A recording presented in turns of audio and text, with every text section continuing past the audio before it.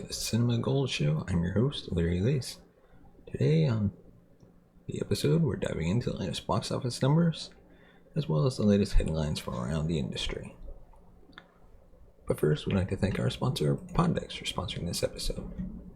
If you're a podcaster looking to grow your audience and get more engagement, come check out Poddex today at poddex.com. Use the promo code Larry21 for 10% off your order.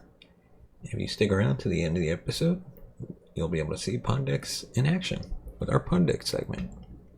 And now on to our first topic. Black Adam wins on a quiet weekend. On a quiet weekend in movie theaters before the upcoming release of Black Panther: Wakanda Forever, Warner Brothers' Black Adam topped the box office for the third straight weekend with $18.5 million in ticket sales. Black Adam, Dwayne Johnson's bid to launch a new DC Films superpower, has surpassed $300 million globally in 3 weeks of a release, including a domestic tally of $137.4 million. That puts the $195 million budgeted film, the third film this year to lead the box office 3 consecutive weeks, on a trajectory to likely surpass the $366 million that Shazam grossed in 2019. But less certain to notch a profit in its theatrical run. When Walt Disney's / Marvel's Black Panther: Wakanda Forever lands in theaters, it's expected to score one of the biggest opening weekends of the year. Ryan Coogler's original debuted with more than $200 million in US and Canadian theaters in 2018, and forecasts suggest it could open with around $175 million. With Wakanda Forever looming and only one new film opened in wide release, One Piece Film Red, distributed by Sony Pictures Anime Division Crunchyroll, the Japanese anime sequel, part of the One Piece franchise, debuted in second place with $9.5 million, while not as robust as the openings of Crunchyroll's Dragon Ball Superhero, which garnered $21.1 million in August, or Funimation's Jujutsu Kaisen Zero, the movie, apologies if I say that title wrong, which earned $18 million in March. Red again showed that the anime is proving an uncommonly dependable draw in North American theaters. The 15th film in the franchise, but the first to be released widely in the US, Red attracted an especially young audience with about 75% of ticket buyers between the ages of 18 and 34.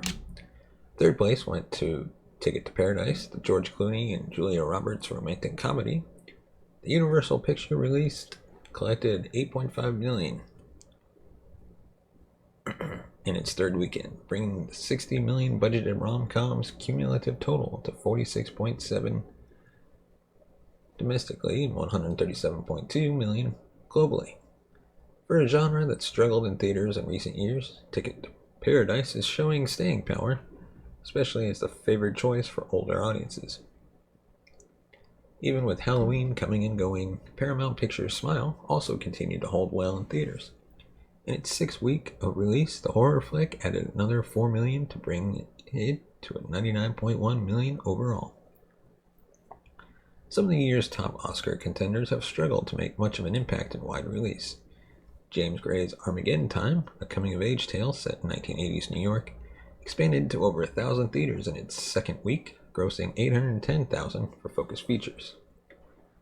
Focus's Tar, starring Cate Blanchett as a renowned conductor, took in $670K in a little over 1,000 theaters for a 5-week total of $3.7 million. MGM's Till added $1.9 million in 2,300 theaters for a 4-week gross of $6.6 million. Best of the bunch so far has been Searchlight Pictures' The Banshees of Inisherin. Apologies for saying that name wrong. Starring Colin Farrell and Brendan Gleeson as rowing Irish friends. It took in $3 million in only 895 locations in its third weekend of release, bringing its total to $10.2 million. So to recap, at number 1 is Black Adam with $18.5 million, One Piece Film Red, $9.5 million, Ticket to Paradise, $8.5 million, Smile at $4 million, number 5, Pray for the Devil at $3.9 million, number 6, Lyle Lyle Crocodile at $3.4 million, number 7, The Banshees at $2 million, Number 8, Till at 1.9 million. Number 9, Halloween End at 1.4 million. Number 10, Terrifier 2 at 1.2 million. And before we move on, give us a thumbs up if you like our videos. Subscribe to the channel for even more content. Give us a thumbs up if you like our videos. And let us know in the comments section below your thoughts on the topics we cover. And now moving on to our next topic. Andor Season 2 has begun filming. Andor creator Tony Gilroy has revealed not only that the second and final season of the series will begin filming on November 21st, but also that it would take us to Yavin on its way to connect with Rogue One. Speaking to Collider, Gilroy confirmed Luthen Rael actor Stellan Skarsgård's words that Season 2 of Andor would begin production in the later part of 2022. Furthermore, he confirmed the team would be back to work the Monday before Thanksgiving, and that he would fly to London to be there for the first shot of the season, and then return home to celebrate the holiday. Gilroy also confirmed that Ariel Clayman from The Resort, Janus Metz from Borg vs. McEnroe, True Detective, and Alonzo R. from Narcos Mexico and Outer Range would be part of the directing crew, and that the season would once again be split into blocks like the first one. Kleiman will get the bulk of the work with 6 episodes, and the other 6 will be split between Metz and Alonzo. Gilroy's brother Dan Gilroy and Beau William will be returning to write on Season 2 alongside newcomer Tom Bissell, who is, according to Gilroy, a really cool and really interesting, versatile, really good writer, but also a very big Star Wars fan, which we really wanted to make sure we had another pro because we're going into Rogue One. We were also given a bit of a tease for Season 2, as Gilroy confirmed we'd be headed to a very important place in a galaxy far away. And we're going to Yavin, and then we're going into places where we eventually need to really weave our way back to the source. So Tom came in, and he's been great. He's got some episodes too.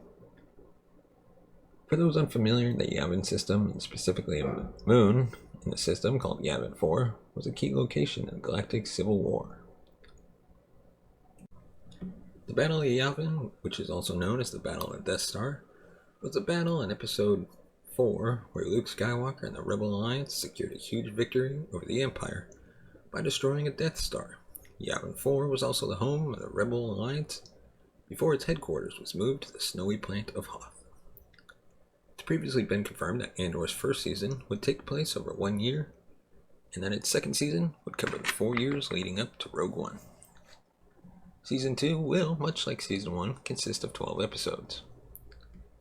Let us know your thoughts on Andor for the first season. Have you liked it? Have you watched it? Let us know. And now on to our next topic, and even more Star Wars news. The Acolyte synopsis has been revealed, as well as its cast. A new synopsis for the upcoming Star Wars series, The Acolyte, offers our first real insight into the upcoming Disney Plus show, and it sounds like it'd be something very special. Released courtesy of StarWars.com, the brief synopsis confirms who the main players will be, as well as teasing a unique kind of Star Wars tale. The Acolyte is a mystery thriller that will take viewers into a galaxy of shadowy secrets and emerging dark side powers in the final days of the High Republic era. A former Padawan reunites with a Jedi Master to investigate a series of crimes, but the forces they confront are more sinister than they ever anticipated. Based on this synopsis, it is clear that the Acolyte will take viewers into a lesser-known part of the Star Wars galaxy, delving into the era of the High Republic during its final days, taking us further back in time than ever before on screen. The novels and comics have explored all manners of time periods, of course. The Acolyte will transport audiences to the time of the High Republic, which was a time when the Jedi Order was at its prime. With the series set centuries prior to the events of the prequel trilogy and Star Wars The Phantom Menace, the Acolyte comes from Leslie Headland, who is best known for the time-hopping Netflix series Russian Doll. and will be creator, showrunner, and executive producer on the upcoming series. She will also direct the pilot episode. Further details have also now been confirmed alongside the synopsis. The Acolyte, set to be produced by Rain Roberts and Damian Anderson, with Kathleen Kennedy, Simon Emanuel, Jeff F. King, and Jason McAuliffe on board as executive producers. Production on The Acolyte has now begun in the UK, with the stellar cast of the series now confirmed. The Acolyte stars Amanda Stenberg, Jodie Turner-Smith, Squid Game lead Lee Jung-jae, Good Place actor Manny Jacinto, Russian Doll's Rebecca Henderson, Charlie Barnett, and Dean Charles Chapman. It has also now been revealed that the Matrix star Carrie-Anne Moss and Logan and his Dark Materials actress Daphne Keane will be a part of the Acolyte's ensemble cast. The Acolyte is just one of several small-screen Star Wars projects set for release on Disney+. Both The Mandalorian and Andor will continue, with the former going into its third season, while the latter has begun production on its second season sometime this month. The streaming platform will also explore the life and times of the Jedi Ahsoka Tano in Ahsoka, with Rosario Dawson reprising the role she has so far played in both The Mandalorian and The Book of Boba Fett. The series Star Wars Skeleton Crew will land on Disney Plus next year, starring Jude Law. The Acolyte has not yet been given a release date, but will stream its 8-episode first series exclusively on Disney Plus. Let us know your thoughts on The Acolyte. What do you think about the show? Is there any theories you have about this show? Like who should pop up in the series? Let us know. And now on to our next episode. Westworld is over. Ends not with a bang or a whimper or a fourth robot apocalypse, but a cancellation. Westworld has been cancelled. The Lisa Joy and Jonathan Nolan show about robots and apocalypses captivated and then confused audiences and finally seemed to have forgotten what it was about entirely by the time its fourth and final season aired earlier this year. So while it's a bummer the show is gone, it's also not much of a surprise. HBO emailed a statement to the multiple outlets saying, quote, "Over the past 4 seasons, Lisa and Jonah have taken viewers on a mind-bending odyssey, raising the bar at every step. We are tremendously grateful to them, along with their immensely talented cast, producers, and crew, and all of our partners at Kilter Films, Bad Robot, and Warner Brothers Television. It's been a thrill to join them on this journey. The final season could, at times, feel repetitive as compared to seasons past. The end of the second season felt like a series finale, and in the third season the cast ended the tyranny of an AI that felt vaguely Google-like in its omnipresence. That could have been a perfectly lovely ending as well. But then Westworld came back a fourth time, in a future where all the characters seemed to be dead. Robots, or dead robots. There was a smattering of apocalypses, a number of fun callbacks to seasons past, and a whole lot of pondering.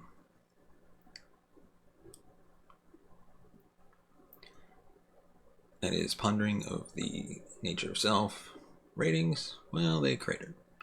So it's not surprising HBO pulled the plug. It's currently owned by Warner Brothers Discovery, and its CEO, I'm just going to call him David Z, who's a man that likes to save a buck. He also mentioned canceling expensive shows if they couldn't do as well as reruns of The Big Bang Theory. By Westworld's final season, it was averaging less than 500,000 live viewers per episode. Big Bang Theory reruns on TBS do more than double that. Westworld is on HBO Max if you want to catch up,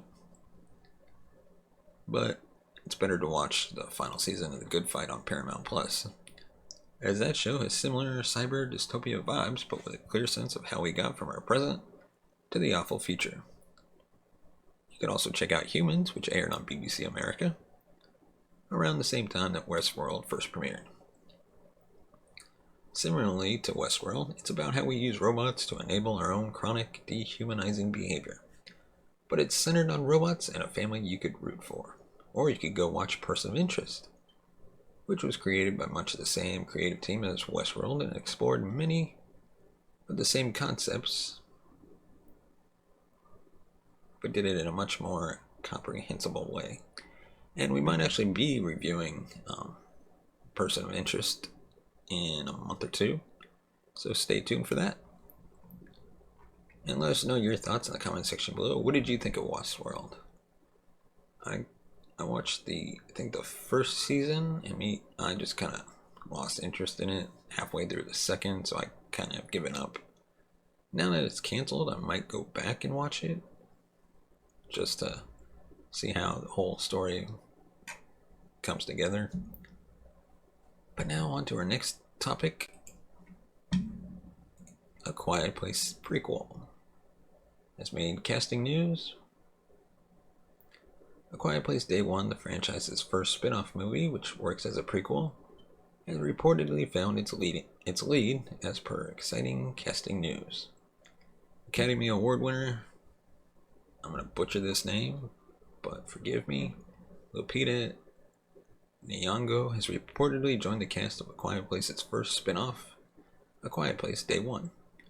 Following the surprise success of A Quiet Place in 2018, which had a $17 million budget and went on to make $341 million at the box office, it was easy to predict that the horror meets sci-fi thriller would receive some sort of sequel. Thus came A Quiet Place Part 2 in 2021, and also saw a strong box office run, leading not only to A Quiet Place 3, but now also to a prequel movie. With A Quiet Place 3 expected to arrive in 2025, the franchise now focuses its efforts on the prequel Day One. Lupita's casting in A Quiet Place Day One is the first major update on the prequel since Michael Sarnowski was announced as the director. While not much is known about A Quiet Place Day One's plot, the fact the spin-off movie is going for such a high-profile actor as the lead is exciting. Replicating the success of the original movies is not always an easy task for prequels and spin-offs, and The Quiet Place title alone would perhaps not be enough to sell a prequel film as a must-see. She was recently the lead in Jordan Peele's Us, a perfect example of how to combine horror with elements of sci-fi, just like what A Quiet Place has been doing. Given how self-contained A Quiet Place has been, many people believe that a sequel to the horror film was not necessary.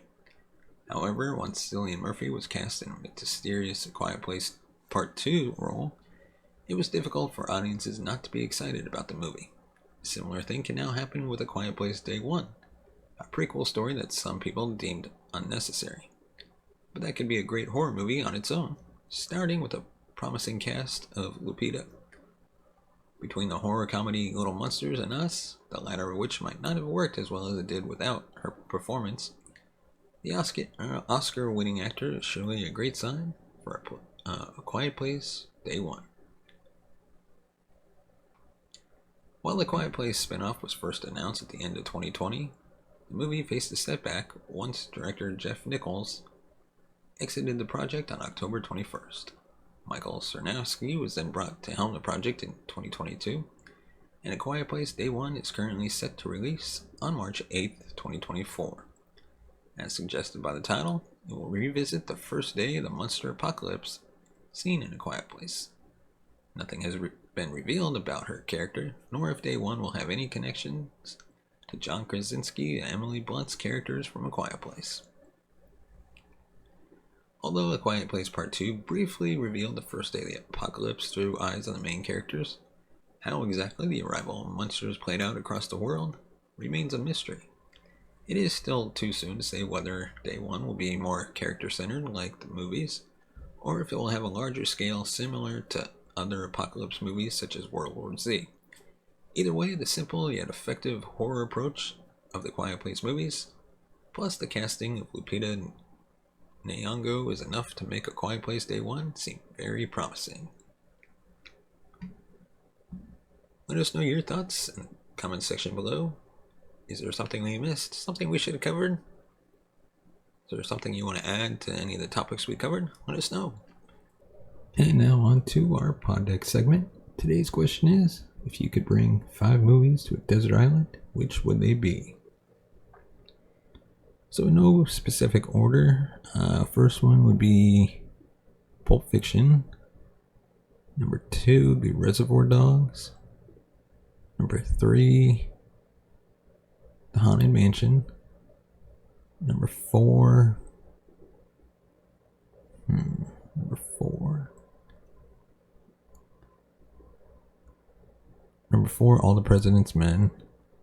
And number 5. Number 5. I'm gonna go with the superhero. I'm gonna go with Iron Man 1. Let us know in the comments section below, what are your 5 movies you'd bring to a desert island? Let us know in the comments section below. And as always, if you want to support the channel, you can buy us a coffee at buymeacoffee.com/cinemagold. Your support helps the channel grow, upgrade our equipment, hire new writers and hosts, be able to pay them, and hopefully take this show on the road one day. And once again, we'd like to thank Poddex for sponsoring this episode. Check out Poddex today, poddex.com, promo code Larry21 for 10% off your order. As always, subscribe to the channel, subscribe to the podcast on all major podcast platforms. And thank you so much for watching and listening. We will see you next time. Take care.